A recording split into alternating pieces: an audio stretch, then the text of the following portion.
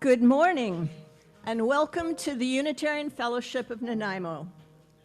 Our mission is to create spiritual connection and bring compassion, discovery, and social justice to life. My name is Catherine Hazel, and I am your service leader this morning. My pronouns are she, her. Today's sermon is presented by Rev Debra Faulk and is titled, Justice is What Love Looks Like in Public. Could you please now take a moment to silence or turn off your cell phones? Thank you. Let's say hello to everyone attending on Zoom. Now, it seems counterintuitive, but we actually wave to the frog because that's where the camera is. So hello, everybody. Good morning. Whatever your ethnicity, theological belief, gender, sexual orientation, age, and everything else that makes you who you are, please know that you are warmly welcome in our community. If this is your first time, a very special welcome to you. If you're joining us online, please consider sharing your contact information with us. You can do this by going to the chat icon at the bottom of your screen and typing it in there. We'd love to welcome you to the community. We have a wonderful website, ufon.ca, that's UFON.ca, and invite you to check it out for more detailed information about who we are, the services we offer, and how you can connect with us. And for announcements, just a wee reminder, the fellowship will be having a general members meeting after the service today at 12:30 p.m. in the hall and on Zoom. The Zoom link for the meeting is the same as the one for the service. To find out about all the special events, groups, and meetings taking place in the fellowship, either go to the calendar on our website or read the weekly update email sent to you on Fridays. Our speaker this morning is Rev Debra Faulk, Minister Emerita of the Calgary Unitarians. No, excuse me. Oh, I've got the frog has come to live in my throat. Now semi-retired and living in Victoria. She is sharing her ministry with us on a part-time basis until June. And we are so happy to have her. Really, truly, we are. We acknowledge today that we meet on the traditional territory of the Snuneymuxw First Nation. As Unitarians, we are committed to the work of reconciliation required to address the harm done to all Indigenous peoples and their cultures by non-Indigenous peoples. We have much to learn from the Indigenous perspective that the earth is the source of all life and that our responsibility is to honor and care for it. Let us now enter into sacred time. Leah Hawkinson, our musical director, will lead us into worship through music, along with our choir, the fabulous Fewphonics. Good morning, everyone. Our prelude this morning is There's Honey in the Rock, and it's a spiritual.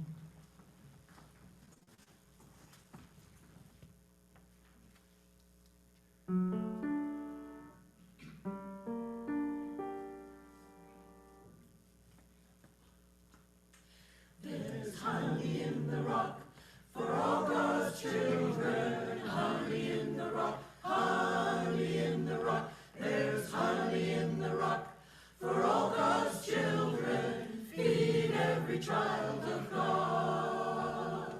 Hypocrite, hypocrite, all despise. Feed every child of God. Tongue so clean, but still there's lies. Feed every child of God. There's honey in the rock for all God's children. Honey in the rock, honey in the rock. There's honey in the rock for all God's children. Feed every child of God. We can have justice if we care. Feed every every child of God. Right is right and fair is fair. Feed every child of God. There's honey in the rock for all God's children. Honey in the rock, honey in the rock. There's honey in the rock for all God's children. Feed every child of God. One of these mornings bright and fair, feed every child of God.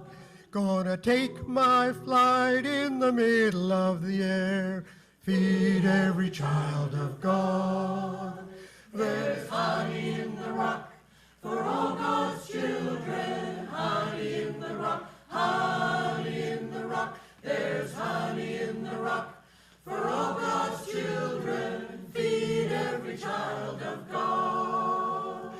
If we're gonna be fair, we gotta open the door. Feed every child of God.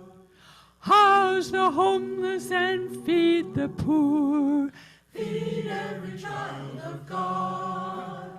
There's honey in the rock for all God's children. Honey in the rock, honey in the rock. There's honey in the rock for all God's children. Feed every child of God. When I'm happy, I'll shout and sing, Feed every child of God. and make the heavenly spirits sing. Feed every child of God. There's honey in the rock for all God's children. Honey in the rock, honey in the rock. There's honey in the rock for all God's children. Feed every child of God. There's honey in the rock for all God's children. Honey in the rock, honey in the rock. There's honey in the rock for all God's children. Feed every child of God.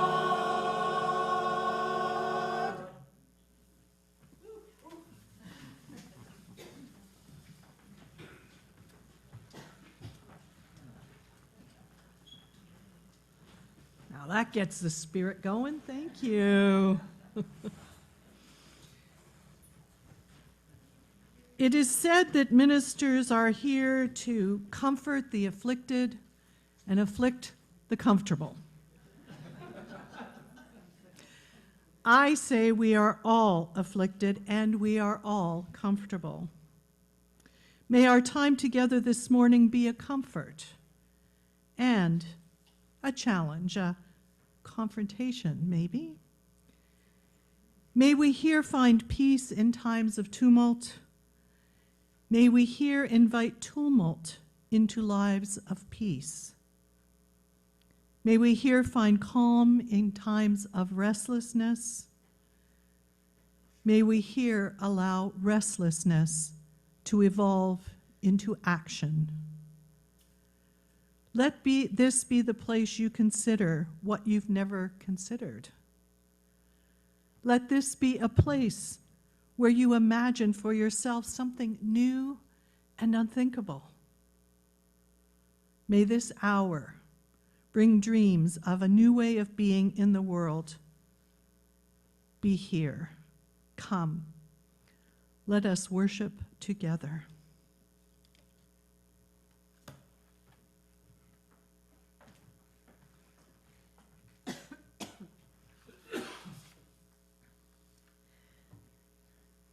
Out of the flames of fear, we rise with courage of our deepest convictions to stand for justice, inclusion, and peace.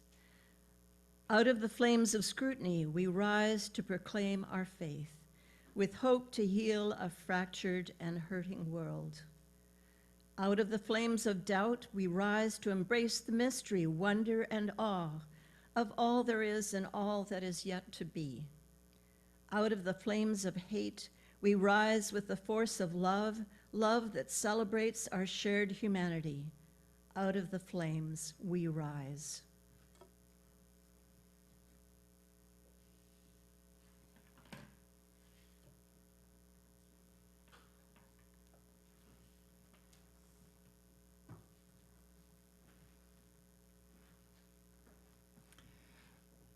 Please rise in body and in spirit as we sing our first hymn together, When Our Heart is in a Holy Place.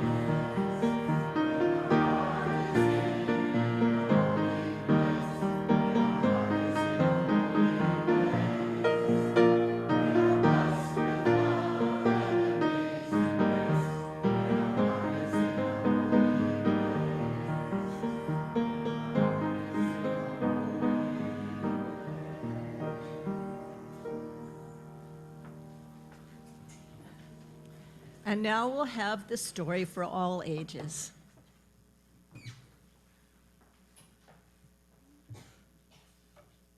Thank you, Catherine. Good morning. Good morning. I printed off the story for me to read, and I realized the words are too small for me to read it. So I have it on my phone here, so please bear with me. Yeah. The story is called Fair is Fair by Sony.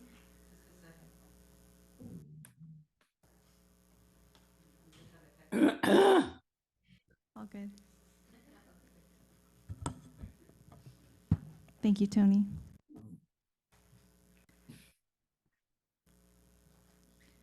You know, ideally, we live in a society where we believe everyone has equal opportunity to succeed, but with the generational trauma, not everyone doesn't have the same opportunities, although it appears that they do. And everyone will need something a little bit different. The story today is called Fair is Fair, written by Sony Varela, illustrated by Peter Marr.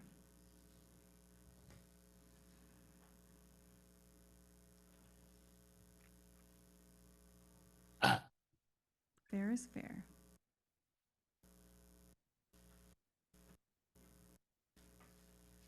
Zookeeper loved all her animals, but she was especially fond of hare, giraffe, and elephant.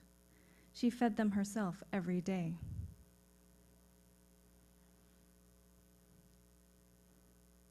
She gave hare a handful of food, she gave giraffe a wheelbarrow full, and she gave elephant a whole truckload. They were all happy. They were all healthy and happy because each day they had just enough.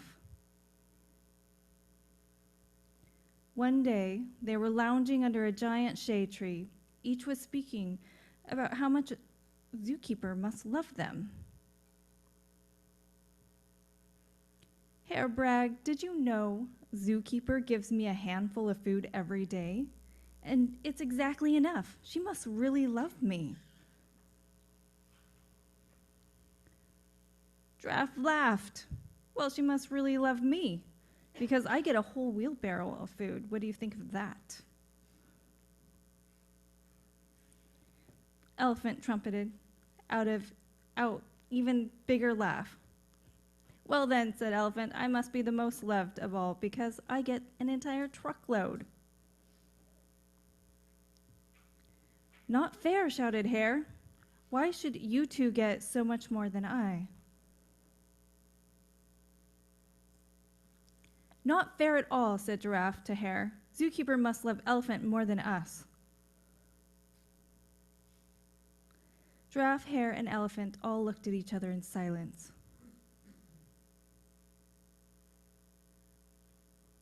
"But I know how to make things fair," said Giraffe. "When Zookeeper gives us our food, we can pile it together and split it evenly. Then things will be fair." And that's what they did. The next day, they piled their food together and split it evenly. Each animal got the same amount. After eating about a handful of food, Hare was stuffed. But he still had a large amount of food. After eating about a wheelbarrow full of food, Giraffe was stuffed. But she still had a large pile of food. But Elephant ate up all his food, and he was still hungry. He gazed at the piles of food that Hare and Giraffe still had and wanted to ask for some, but he thought, well, fair is fair. He walked around his pen with his stomach growling.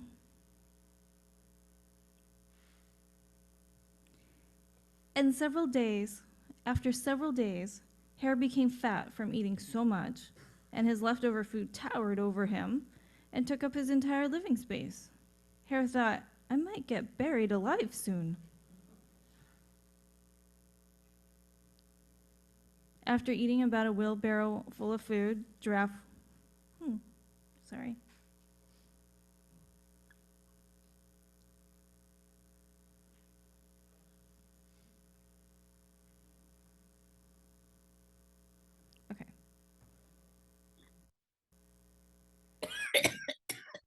Giraffe was also getting fat, and she kept tripping on piles of leftover food. Elephant was the most miserable of all. He was getting very skinny and pale. And he was always hungry and grumpy. And even though they all said, well, fair is fair, none of them was healthy or happy. Zookeeper saw how the food towered over Hare and how Giraffe's knees were badly bruised and how Elephant had become so skinny and grumpy. So she called a meeting under the giant shade tree. "What is going on?" Zookeeper asked. Giraffe explained how they all wanted to get the same amount of food so that everything would be fair. We don't want to be loved more than anyone else. Is it fair for Elephant to be hungry while you two are buried in food?" asked Zookeeper. The three animals thought about this. Hare said, "No, that doesn't seem very fair." Elephant and Giraffe agreed that it wasn't very fair at all. Zookeeper went on, "Fairness isn't everyone getting the exact same. Fairness is everyone getting what they need." She gave a great big hug to Elephant, Giraffe, and Hare. And then she gave each one just enough food, and they didn't care how much it was or how much the others received, because each one knew that they were loved. The end. Thank you.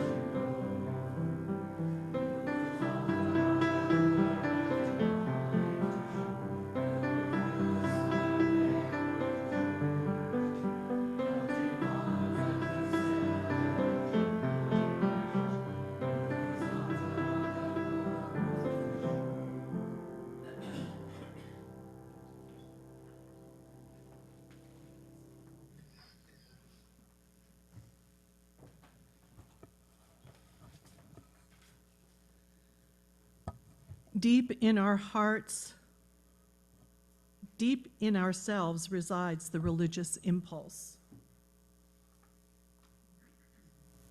Out of the passions of our clay, it rises.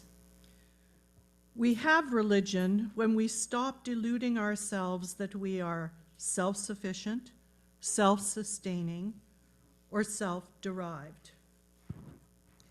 We have religion when we hold some hope beyond the present, some self-respect beyond our failures.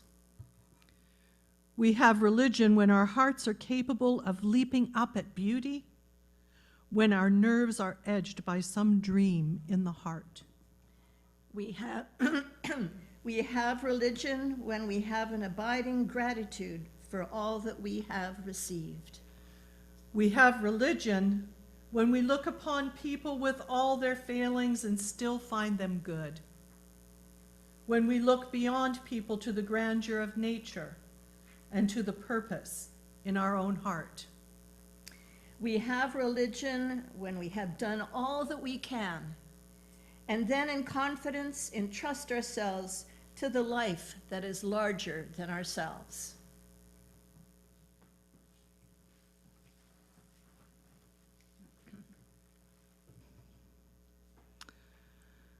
I'm going to invite us now into a centering time, a time with an invitation first in words, then silence, then Leah's magical fingers will bring us out of the silence. To take us to the silence, I've chosen a reading titled To Invoke Love by the Reverend Sean Parker Dennison.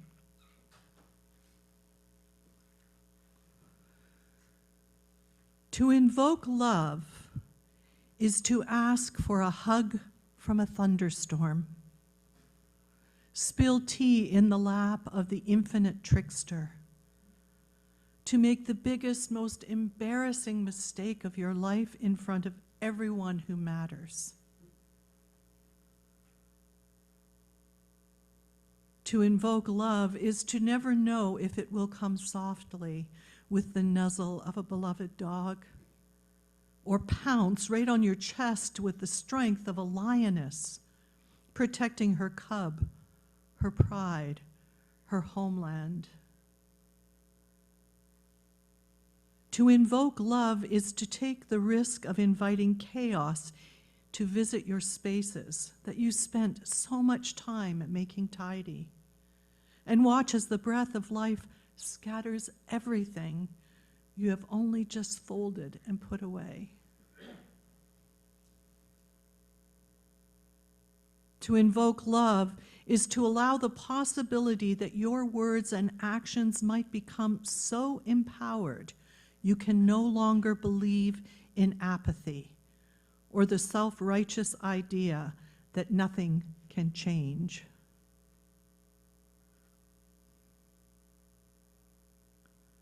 To invoke love is to give up self-deprecation, false humility, pride, to consider yourself worthy to be made whole, willing to encounter love that will never let us let go of each other.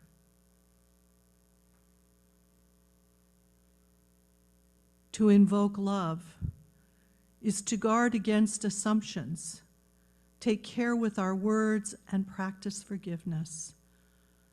Not as ethereal ideal, but right here in the messy midst of our imperfect lives. To invoke love is to approach each day and every person with wonder, anticipating love's arrival. Is this the moment? Is this love's grand entrance? Is this person the embodiment of love? Am I the one? To invoke love is to play the fool, the one more concerned with loving than with appearance or reputation, the one ready and willing to be vulnerable, abandoning anything that gets in love's way. To invoke love is to be ready to become love, here, now, in everything we do. Are you ready?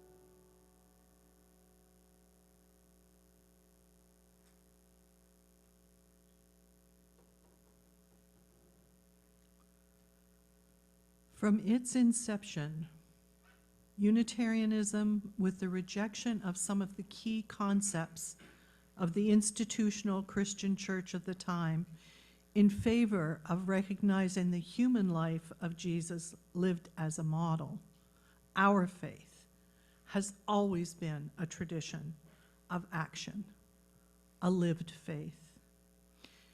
I recall being invited to offer some reflections about my faith tradition to a Renew, a Jewish humanist congregation. I shared some of the philosophical foundations that trace back almost 2,000 years and that were named Unitarian over 500 years ago. A tradition based on the foundations of reason, the demand for individuals to think and query, to follow curiosity, the acceptance of diversity of perspective and ways of being, tolerance in traditional language, radical inclusion in our more contemporary language and understanding, and freedom, the capacity for self-determination and seeking purpose. I used exemplars from our heroes to demonstrate a faith based on deeds, not creeds, who demonstrated by their living the possibility of striving for justice in community, motivated by an inner sense of purpose rather than externalized judgment.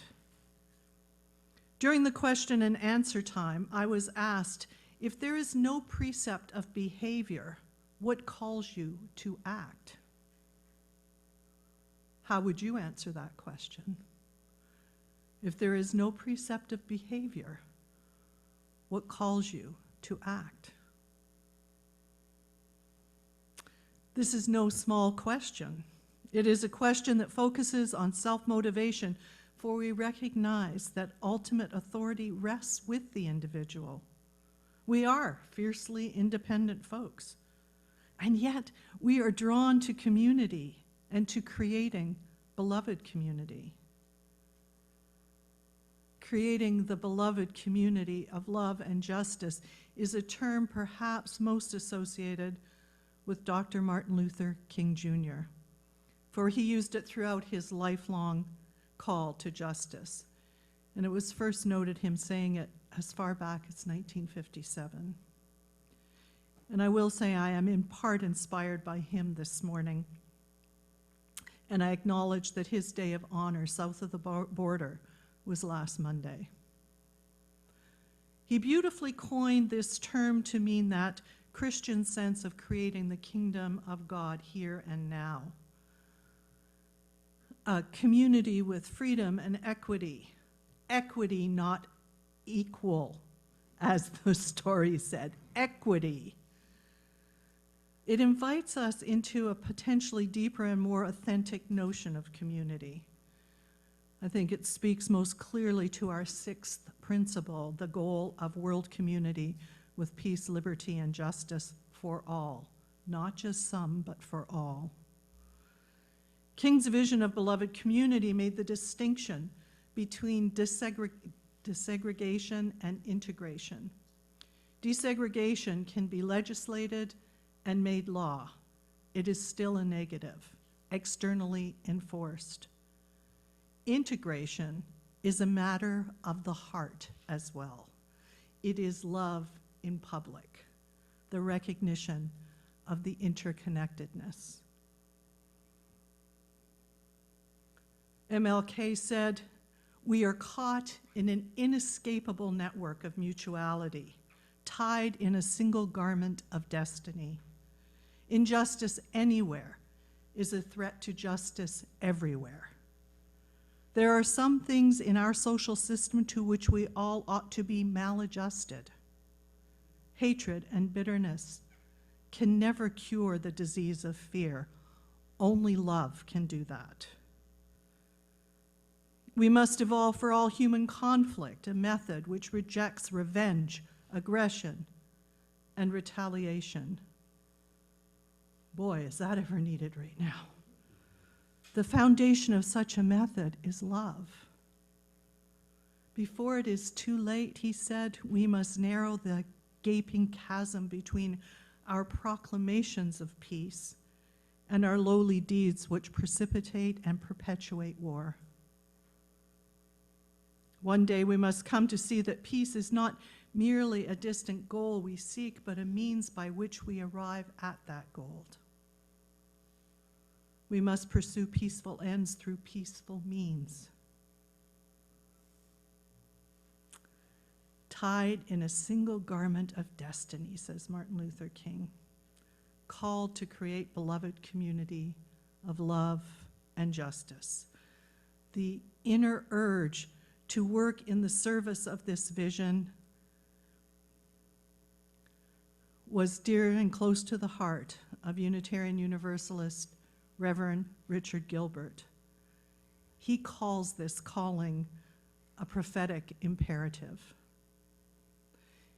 In his book, The Prophetic Imperative, Social Gospel in Theory and Practice, Gilbert suggests that Unitarian Universalism is a movement that has been preoccupied with a kind of self-actualization that has more to do with personal growth of a psychological kind than with spiritual growth of a prophetic kind.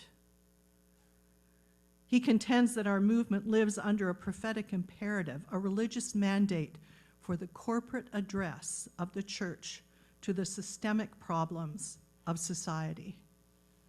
He puts a choice before us all: the continued privatization of our religious lives or the potential revival of a prophetic, socially engaged living. Gilbert, a humanist, is clear about what he feels to be one of Unitarian Universalism's most important tasks in reflecting that Ralph Waldo Emerson said, "There is a crack in everything God has made." Gilbert writes, and I quote, "I submit that one of the central missions of the Unitarian Universalist movement is trying to fix these cracks, repairing the world and creating the beloved community of love and justice. The inner urge to work in the service of this vision I call the prophetic imperative, sewing together of spirituality and social action as a seamless garment. The inner urge to work in service of a vision of beloved community." This statement resonates with me. It touches that place of, yes, I feel it deep in my bones.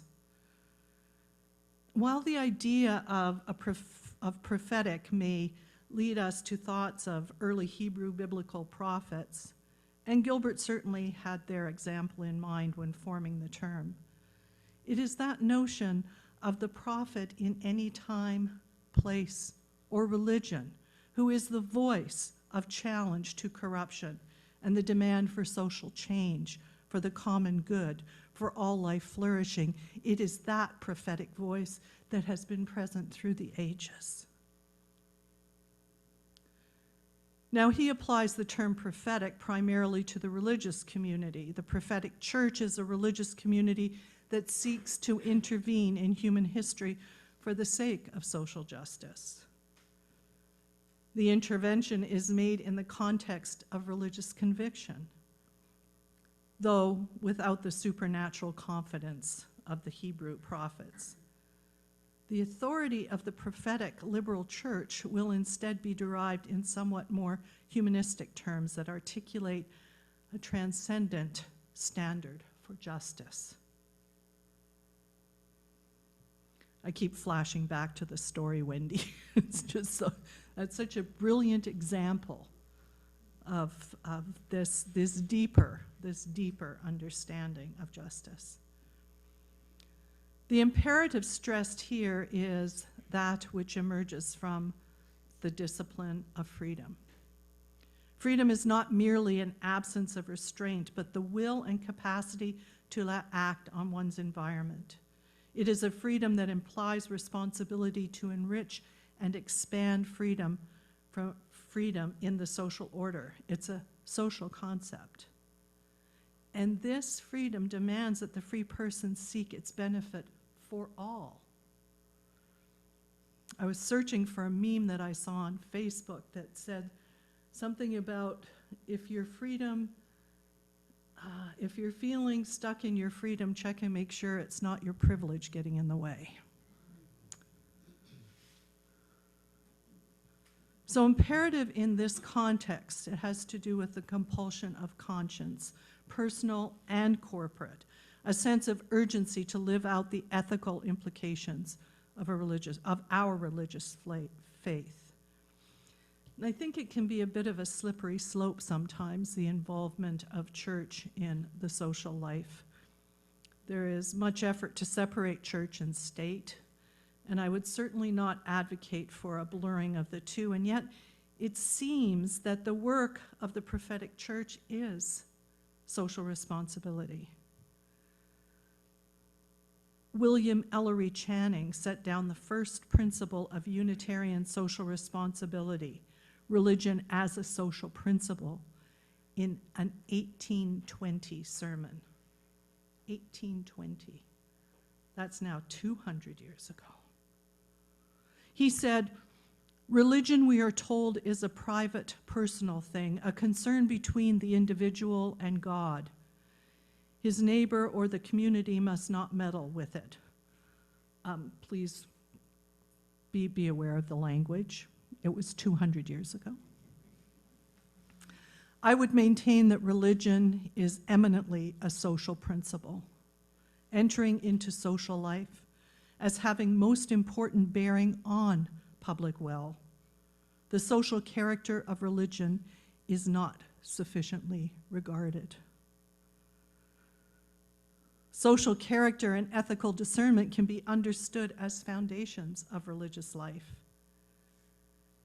Is it possible to define a universal ethical principle? Universal? Gilbert makes the case for the need for such a universal principle to define ethics. In his case, religious social ethic. He comes to an understanding of the concept of reverence for life as the ordering or universal principle for liberal religious social ethic. He says that reverence for life gives rise to a moral imperative for love in personal relationships, justice in social relationships, and trusteeship in our relationship with our environment.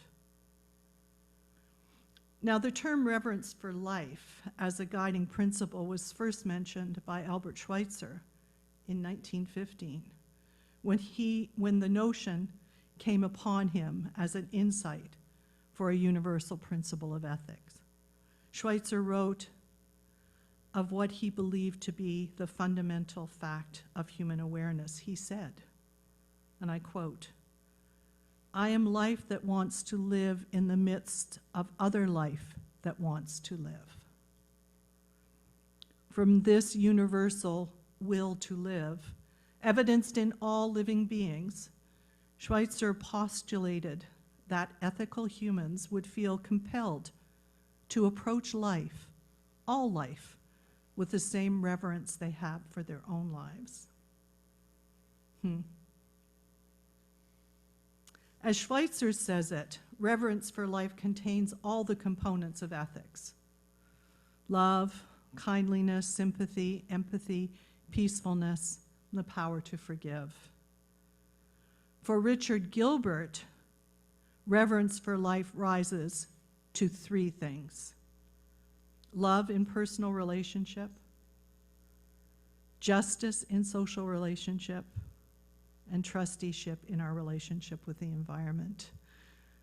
My title for this is Justice is Love in Public. This is what Gilbert was saying. Does this demand of the prophetic imperative guided by a universal ethic of reverence for life motivate us to act? We each want to make a difference in the world.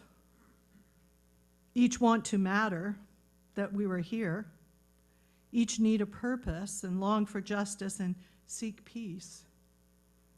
Each one of us lives the prophetic imperative in our own lives, though we may not have named it thus. Given that we are all called to act as agents of life's flourishing, does this morning's conversation offer more than just talk, which we are very good at? And it is not enough. Gilbert suggests that the prophetic imperative is our mandate to work on problems of society.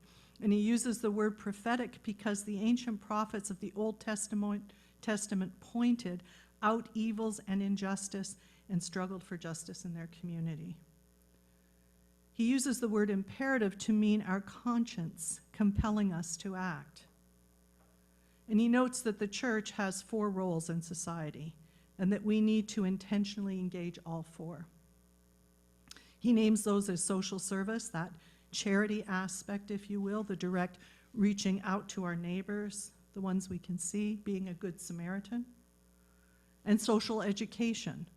And this implies that it is not enough to bind the wounds of the afflicted. It requires that we understand and learn and challenge the systems that are causing the wounding. In becoming aware, we can then shed greater understanding and light, which moves us to social witness. And from this position, we express publicly our convictions for justice and equity. I don't think I can ever use the word equality anymore. It's only going to be equity. Finally, I'm not implying here that these are sequential, for all need to be engaged simultaneously and consistently. The 4th dimension he identifies is social action, the prophetic imperative calling us to action. I do want to note that Gilbert's book, and I have used it as one of my UU Bibles throughout my ministry. The 2nd edition, though, was written some 25 years ago.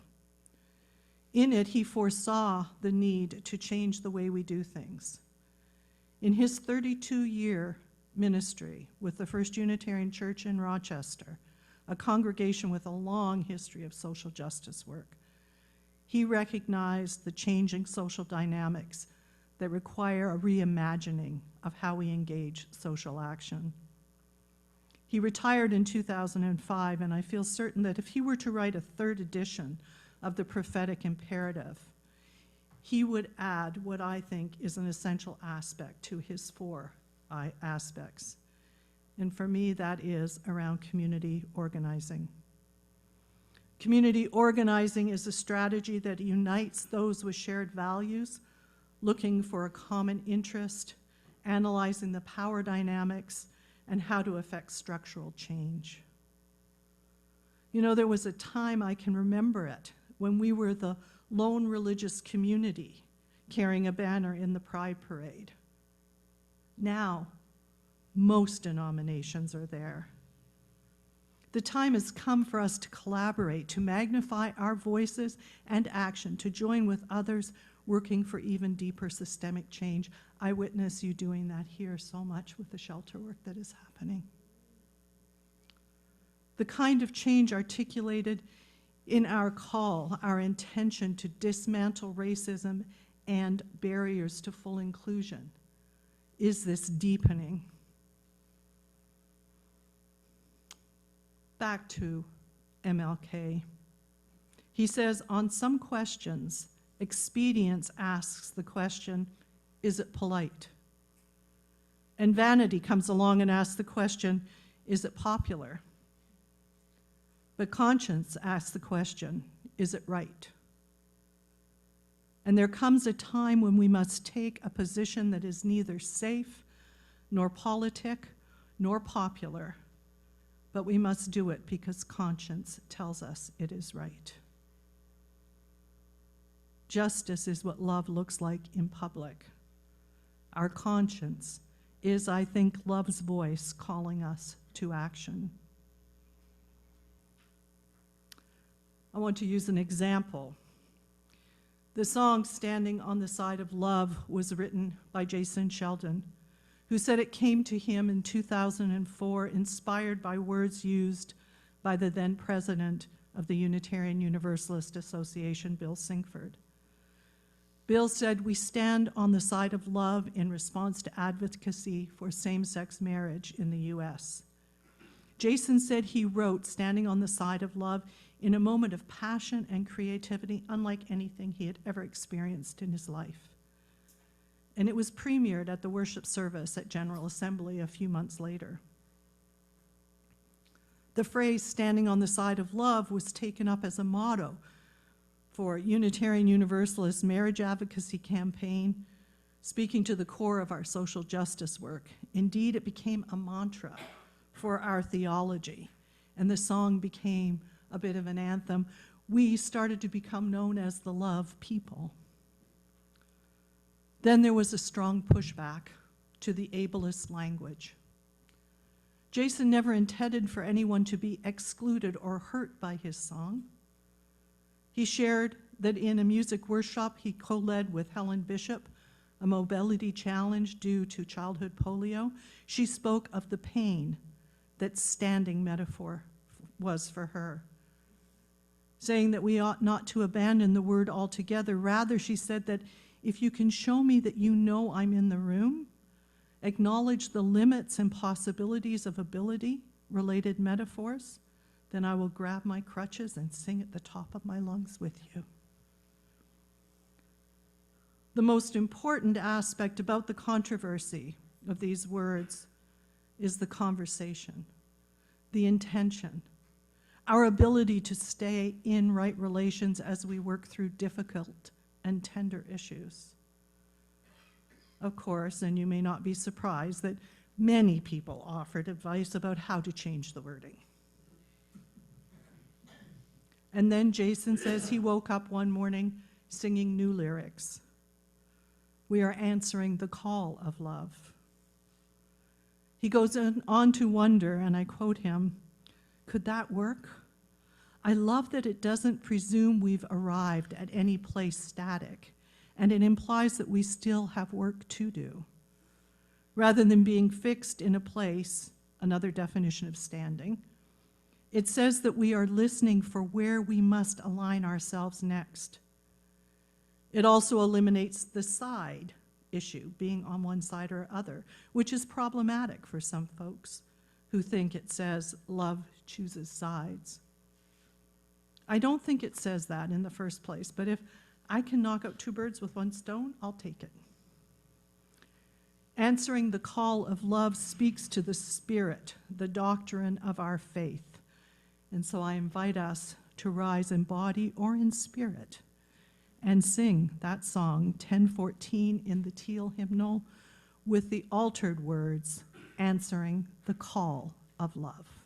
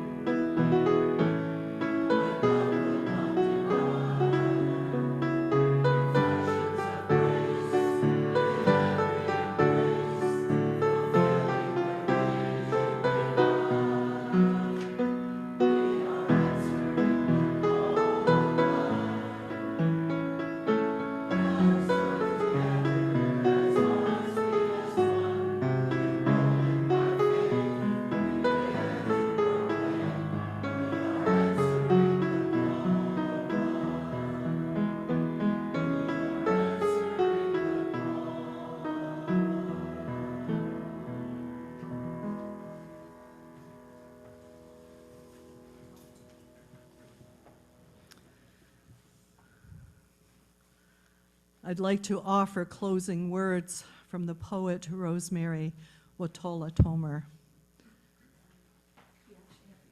Oh, this is how we model making mistakes and having it be okay. Our motto is roll with it. Now that people are attending both in the hall and online, we have updated how we accept donations and pledges to support the fellowship. If you're in the hall, we will now pass the baskets, and Diane Philippoff and Charlotte Huber will be doing the honors. And if this is your first time with us, your presence is your contribution. Those online can go to our website and click the big blue donate button on the homepage and follow the instructions to donate via e-transfer or check. To help the wider community, 50% of all anonymous donations received are donated to the designated charity of the month.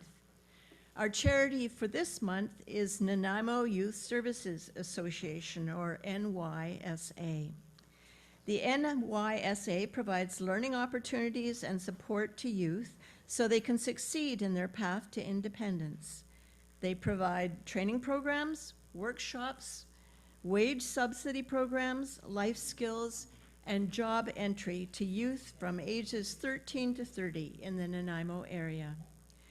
If you're donating online or by check and want to contribute to the charity of the month, you will need to note that on the e-transfer or check. We are grateful for your offering.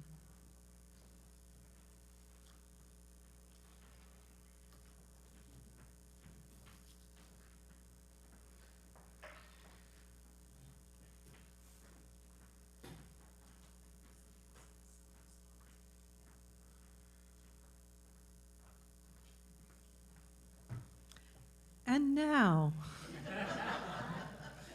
the closing words I have to offer are a poem from the poet Rosemary Watola Tomer. She titles it Because. So I can't save the world, can't save even myself, can't wrap my arms around every frightened child, can't foster peace among nations, can't bring love to all who feel unlovable. So I practice opening my heart right here in this room and being gentle with my insufficiencies. I practice walking down the street, heart first. And if it is insufficient to share love, I will practice loving anyway. I want to converse about truth, about trust. I want to invite compassion into every interaction. One willing heart can't stop a war. One willing heart can't feed all the hungry. And sometimes, daunted by a task too big, I tell myself, what's the use of trying? But today, the invitation is clear. To be ridiculously courageous with love. To open the heart like a lilac in May, knowing freeze is possible, and opening anyway. To take love seriously. To give love wildly. To race up to the world as if I were a puppy, adoring and unjaded, stumbling on my own exuberance. To feel the shock of indifference, of anger, of cruelty, of fear, and stay open. To love as if it matters, as if the world depends on it.